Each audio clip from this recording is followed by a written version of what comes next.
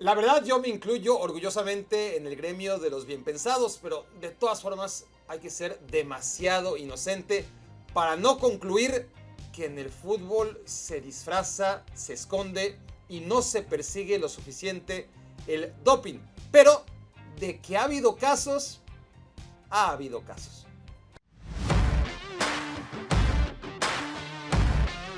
Campeón del mundo de la Eurocopa y de la Copa Confederaciones con la selección francesa, el atacante Christophe Dugarry es una leyenda del Bordeaux que justo antes de ganar el Mundial fracasó en el Milan y en el Barcelona. En 1999, Dugarry jugaba en el Olympique Marseille cuando tras un partido de la Liga Francesa, el clásico en contra de Lyon, dio positivo por consumo de nandrolona. Sin embargo, el francés fue absuelto por un error en el procedimiento.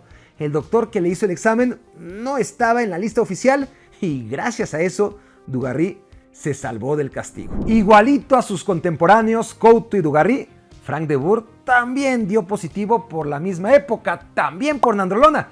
También se declaró sorprendido de cómo esa sustancia que incrementa la resistencia y la masa muscular llegó a su cuerpo y también logró que le redujeran la sanción inicial de 1 año, que en su caso quedó en 11 semanas.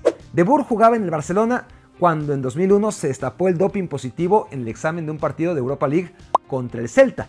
La investigación concluyó que el central neerlandés no se dopó conscientemente y que había consumido la sustancia prohibida a través de suplementos alimenticios que habían sido contaminados. De Boer no fue el único defensa central neerlandés sancionado por nandrolona por aquellos tiempos.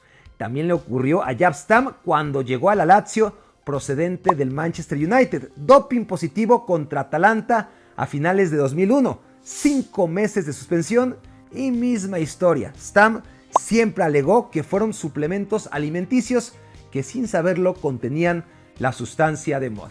El tercer futbolista neerlandés de la época que dio positivo por nandrolona fue Edgar Davids, luego de un Juventus Udinese jugado en 2001.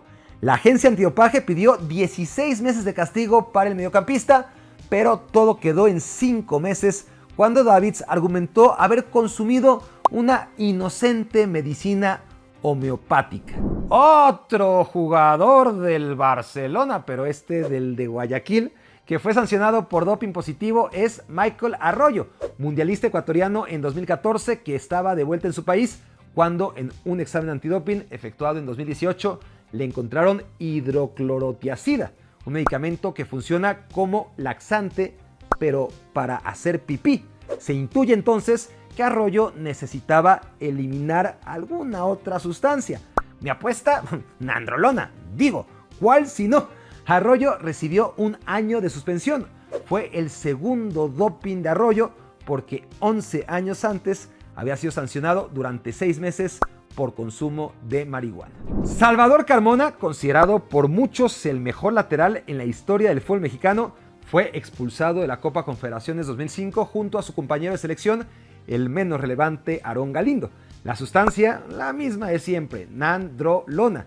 Carmona volvió a las canchas reducida su sanción original de 1 año a 7 meses. Poco después dio positivo otra vez.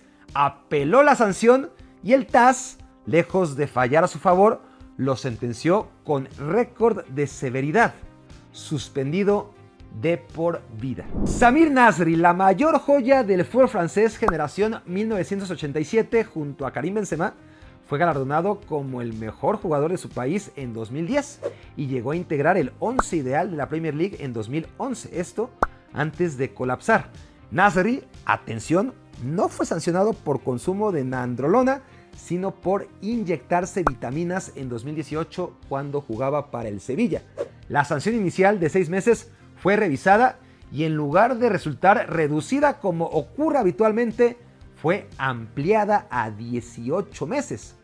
Nasri argumenta que estaba de vacaciones en Los Ángeles, se enfermó e inyectó en una clínica que le recomendaron. La suspensión, de hecho, no fue porque le detectaran ninguna sustancia en especial, sino por el método de inyectarse, que está prohibido. En 2004, el entrenador del Chelsea, José Mourinho, vio algo que no le gustó y solicitó que le hicieran un examen antidoping a su propio jugador. Se trataba del delantero rumano Adrian Mutu, que en efecto dio positivo por cocaína y fue suspendido 7 meses por las autoridades inglesas. Cumplida su sanción, Mutu trató de levantar el vuelo en la Juventus y sobre todo se afianzó en la Fiorentina. 6 años después de su primer doping, en un partido de Copa Italia 2010 contra Lazio, Mutu dio positivo otra vez, ahora por sibutramina, un fármaco que inhibe las ganas de comer.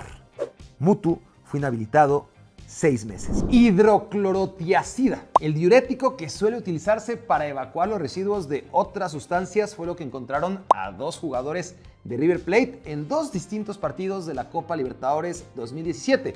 Uno de ellos era el uruguayo Camilo Mayada, el otro Lucas Martínez Cuarta, actual defensa central de la Fiorentina, que por entonces tenía 21 años. La sanción fue de 7 meses. Ambos jugadores sostienen que solamente tomaron los medicamentos proporcionados por el doctor de River. En Argentina se sospecha que estos 2 futbolistas fueron los que salieron a la luz para tapar el doping de muchos más compañeros. Muchísimos cracks se perdieron el Mundial porque su selección no pudo clasificarse. Otros tantos no fueron a Qatar 2022 por capricho de sus entrenadores. Luego están todos los que se ausentaron por lesión. Y al final está Keita Baldé, que no pudo ir con Senegal por doping. El extremo que tuvo sus chispazos en Lazio, Mónaco e Inter de Milán jugaba en el Cagliari cuando su examen salió negativo. Sí, negativo. Pero algo hizo Keita Baldé, nadie explica qué, por lo que fue sancionado 3 meses bajo el argumento de haber roto el protocolo de control antidopaje. Pero bueno, 3 meses no es nada, a menos que te castiguen 2 meses antes de la Copa del Mundo, que fue justo lo que le ocurrió al atacante senegalés. En agosto de 2002, René Higuita debutó a los 36 años recién cumplidos con su nuevo equipo, el Deportivo Pereira. En su primer partido contra Deportivo Cali, Higuita fue sometido a examen antidoping y resultó positivo por consumo de cocaína ingerida días antes para celebrar su cumpleaños. Por tratarse de una droga social consumida sin intención de mejorar su rendimiento deportivo, su sanción fue solamente de 6 partidos. Un par de años más tarde, el arquero colombiano jugaba en el Aucas ecuatoriano, fue sorteado por antidoping en un partido contra el Olmedo y volvió a dar positivo por cocaína. El castigo esta vez fue de 6 meses, pero René se tomó 3 años para desintoxicarse y luego volver al fútbol profesional a los 41 años de edad. A los 20 años, Angelo Peruzzi, antes de convertirse en portero de la selección italiana, jugaba en la Roma y fue suspendido por consumo de fentermina, una sustancia utilizada para perder peso. Ocurrió en 1990 y su sanción fue de 1 año. No fue el único. Su compañero Andrea Carnevale, mundialista en Italia 90 y recién llegado del Napoli de Maradona, también fue descubierto. Ambos argumentaron que fue idea de la madre de Peruzzi luego de que los 2 jugadores se atascaran de comida en una celebración. Luego de un partido eliminatorio contra Argentina rumbo a la Copa del Mundo de Rusia 2018, el goleador peruano Paolo Guerrero salió positivo por cocaína e inicialmente fue sentenciado con 1 año de castigo, así que se iba a perder el ansiado regreso de Perú a los mundiales. Sus abogados aseguraron que fue solo un té lo consumido por el ídolo. Un mes antes del mundial, el TAS levantó temporalmente la sanción y Guerrero quedó habilitado para disputar la Copa del Mundo tras 7 meses parado. Después del Mundial, el peruano volvió a quedar inhabilitado. A los 41 años, Romario seguía jugando, metiendo goles y dopándose. Bueno, en realidad el histórico goleador jamás había tenido problemas de dopaje cuando en 2007 fue suspendido 4 meses por finasterida, el muy popular tratamiento contra la caída del cabello que está prohibido porque puede a la vez enmascarar el uso de anabolizantes. A los 2 meses, Romario fue absuelto de todo cargo, pero ya tenía una edad en la que el retiro de todos modos era inaplazable. Romario, a los 41 años, había metido 13 goles en 15 partidos. En su caso, los efectos secundarios de Propecia fueron incontinencia de goles. Rio Ferdinand, considerado uno de los mejores defensas centrales de los últimos tiempos, fue sancionado 8 meses por escapar de un examen antidoping celebrado en las instalaciones del Manchester United en 2003. Ferdinand juró haberse olvidado del examen y aseguró no haber oído las llamadas telefónicas por estar ocupado haciéndose trencitas en la peluquería. Rio, como consecuencia principal, se perdió la Euro 2004, pero continuó su carrera como si nada y hasta fue capitán de la selección inglesa 6 años después del escándalo.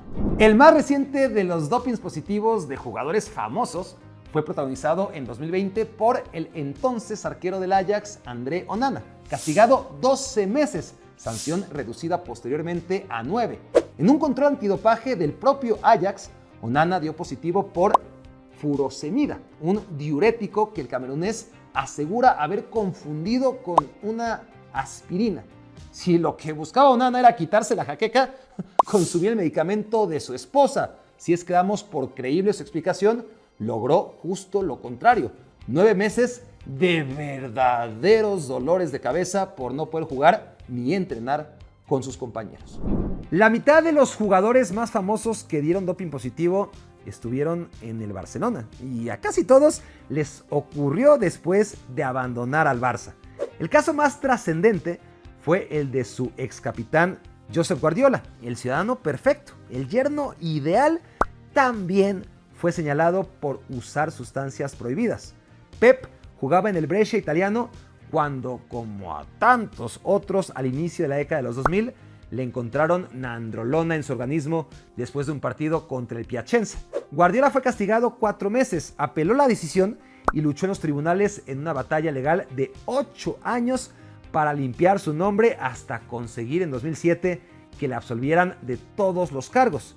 No fue hasta 2009 cuando la justicia italiana por fin exoneró por completo al ya por entonces entrenador del Barça. En 1991, Diego Armando Maradona dio doping positivo por primera vez tras un Napoli-Bari.